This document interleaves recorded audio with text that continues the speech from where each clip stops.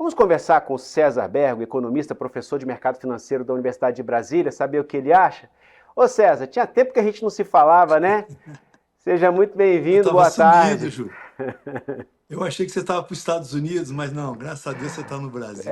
Rapaz, ultimamente tá um perigo viajar para os Estados Unidos. O problema não é ir para os Estados Unidos, o problema é não conseguir voltar, né? Esse é o maior problema. Tá bom, Júlio, é um prazer estar com vocês aí. César, deixa eu te perguntar.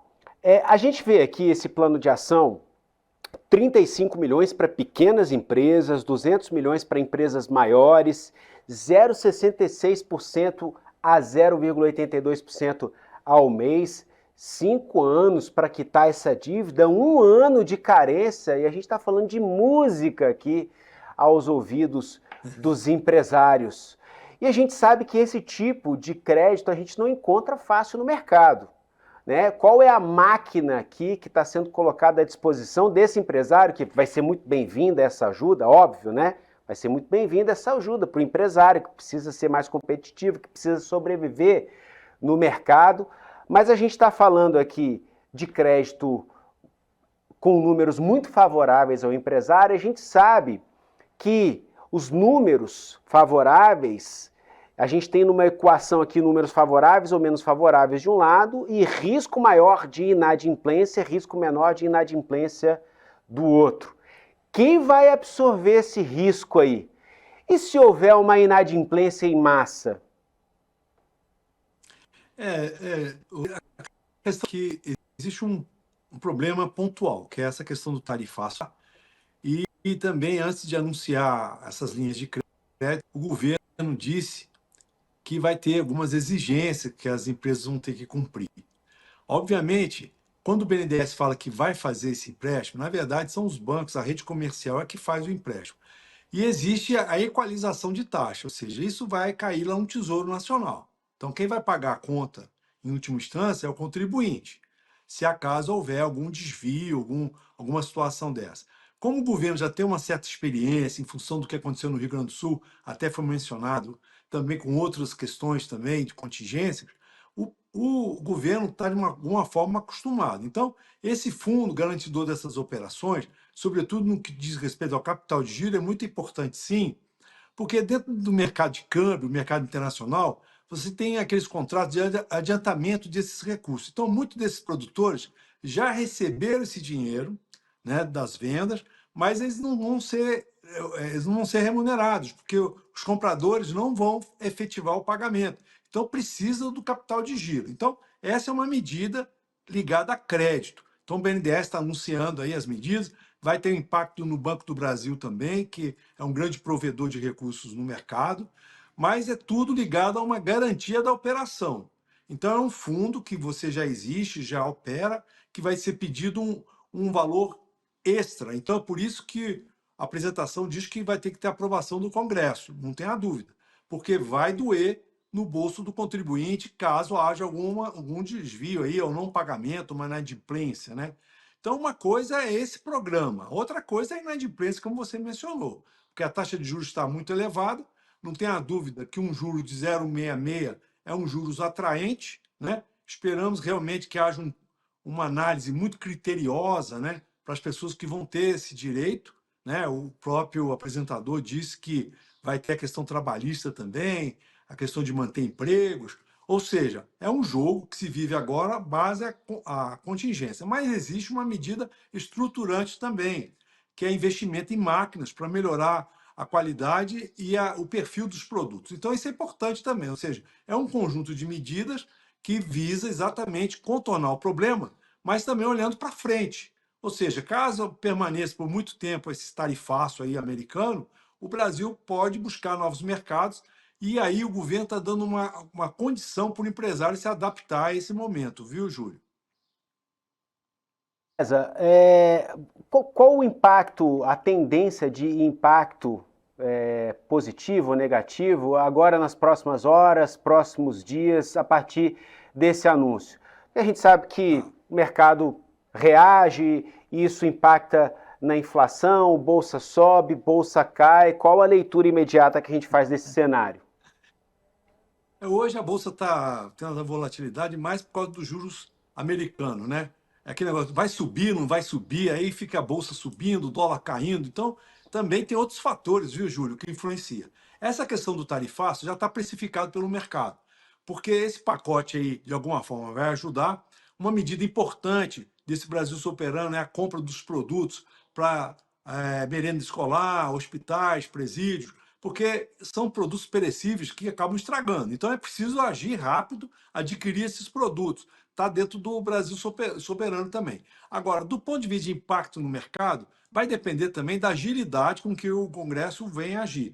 E o grande problema, 9 bilhões aí que vão ficar extra-orçamentos. Então, vai aumentar a dívida pública também. Então, o mercado fica com a lupa, porque a questão fiscal do Brasil é preocupante, e quando se toma uma medida dessa, vai doer lá na dívida pública, e é por isso que precisa o Congresso aprovar. Então, desses 30 bilhões aí que estão em jogo, né? E você bem colocou, o pequeno vai ter 35 milhões, aí tem o grande que vai ter 200, vai ter que ser olhados também, porque o grande prejudicado nesse momento é o pequeno e médio produtor. Porque o grande tem condições outras de fazer o escoamento da sua produção através da estrutura grande que ele tem. O pequeno e o médio não têm. Então precisa de uma ajuda emergencial e é isso que nós esperamos. Esse pacote Brasil Soberano ajude esse pequeno produtor para que ele não deixe de produzir e também não fique inadimplente, colocando em risco até a sobrevivência do próprio negócio, viu, Júlio? Com a gente aqui, César Bergo. A gente está conversando, pessoal, para você que nos acompanha aqui, César Bergo, economista, professor de mercado financeiro da UNB, Universidade de Brasília.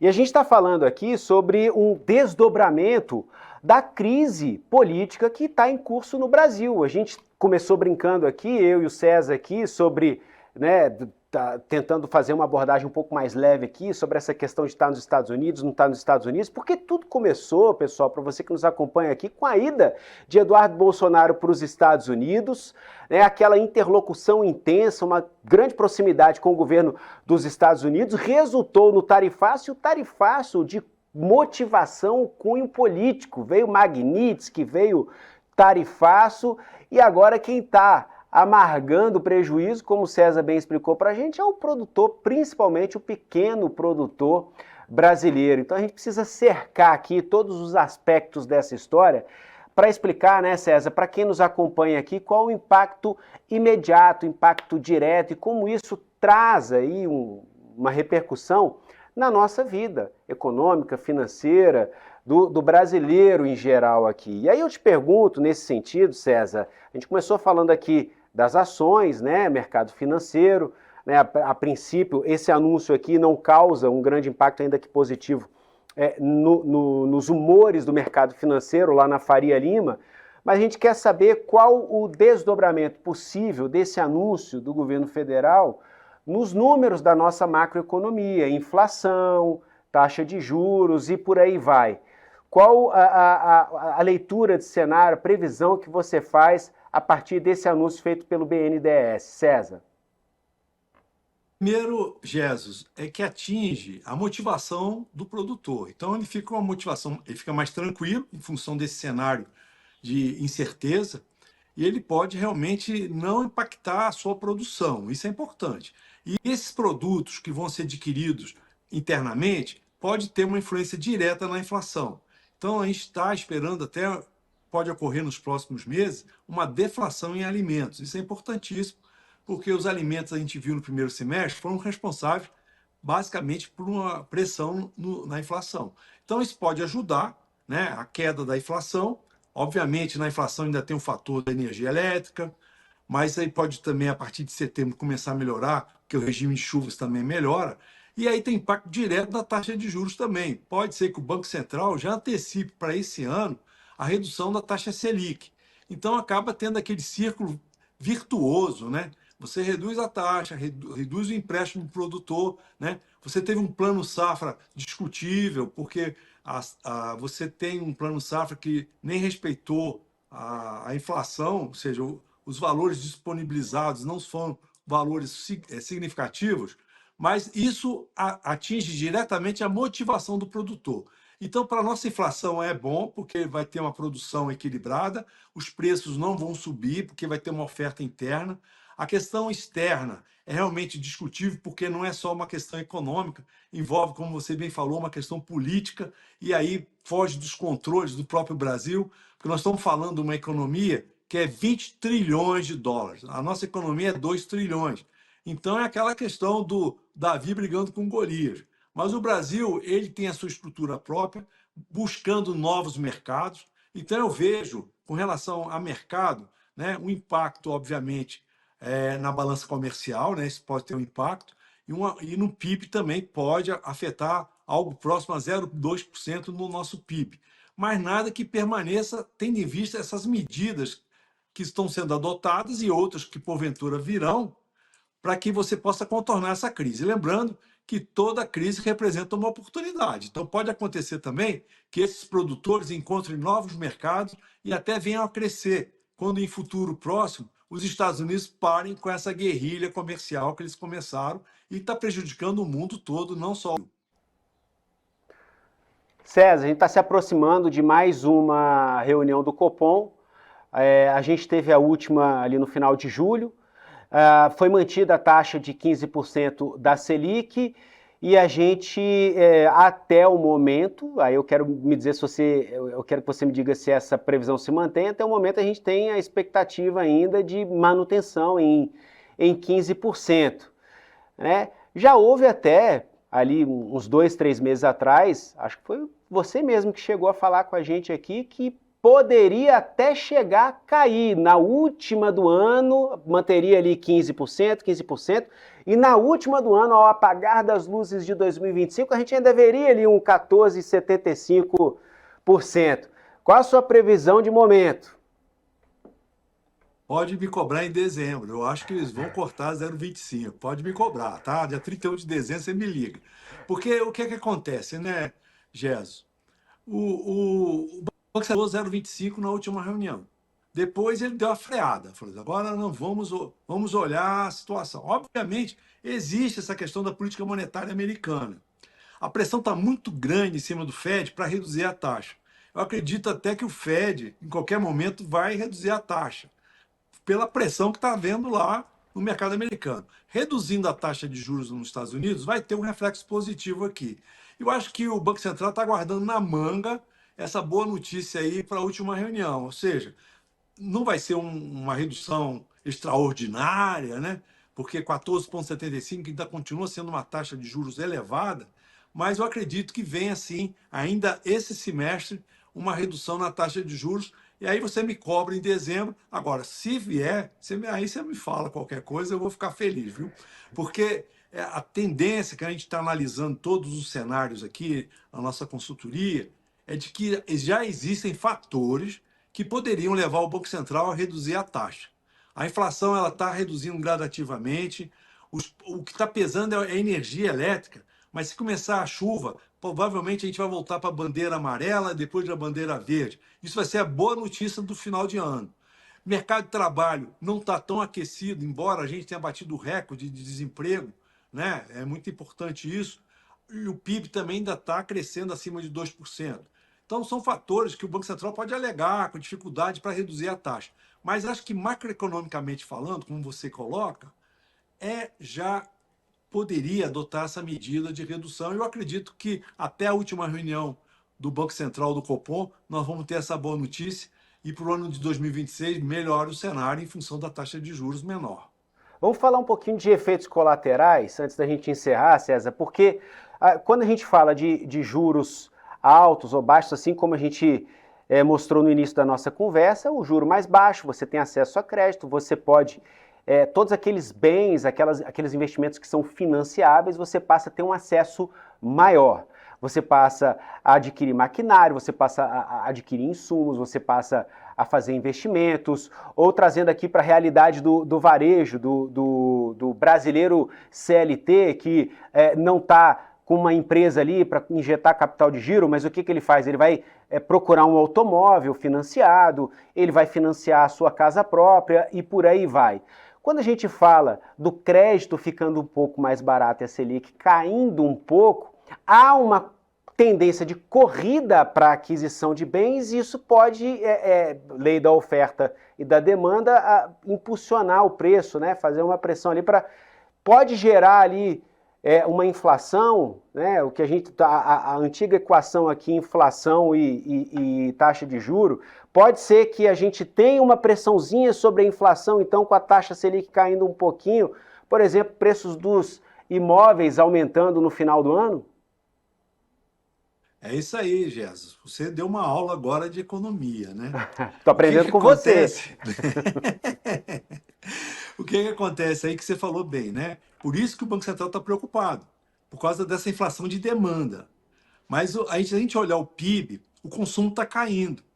Então, o Banco Central está analisando isso. É como se fosse um cockpit, né, de um avião, que você está olhando lá os indicadores, você está vendo o consumo cair, né? Então, já está apontando para uma perda de atividade econômica. Isso pode ajudar decisivamente nessa decisão de redução.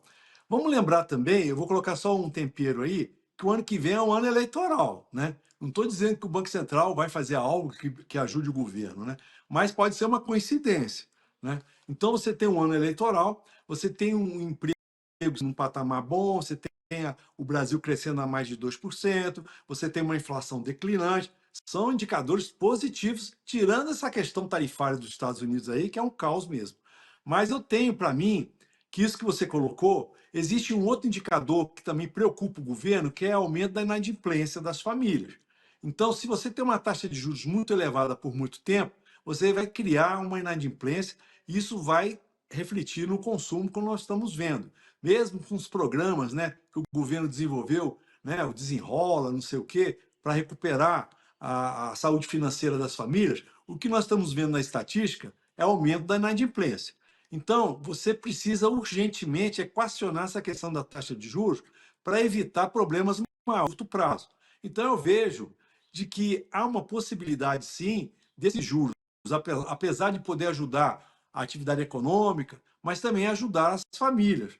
E aí, você fazendo uma redução da inflação da forma que está acontecendo, de forma gradativa, pode ser positivo para o país, não só economicamente, mas também socialmente, porque é crucial você recuperar a saúde financeira das famílias. Não pode atingir nessa inadimplência que nós estamos passando agora, que está muito preocupante, viu, Jesus? Bergo, economista, professor de mercado financeiro da UNB, Universidade de Brasília, agradeço demais pela sua presença aqui no canal do SBT News no YouTube, César. Até a próxima.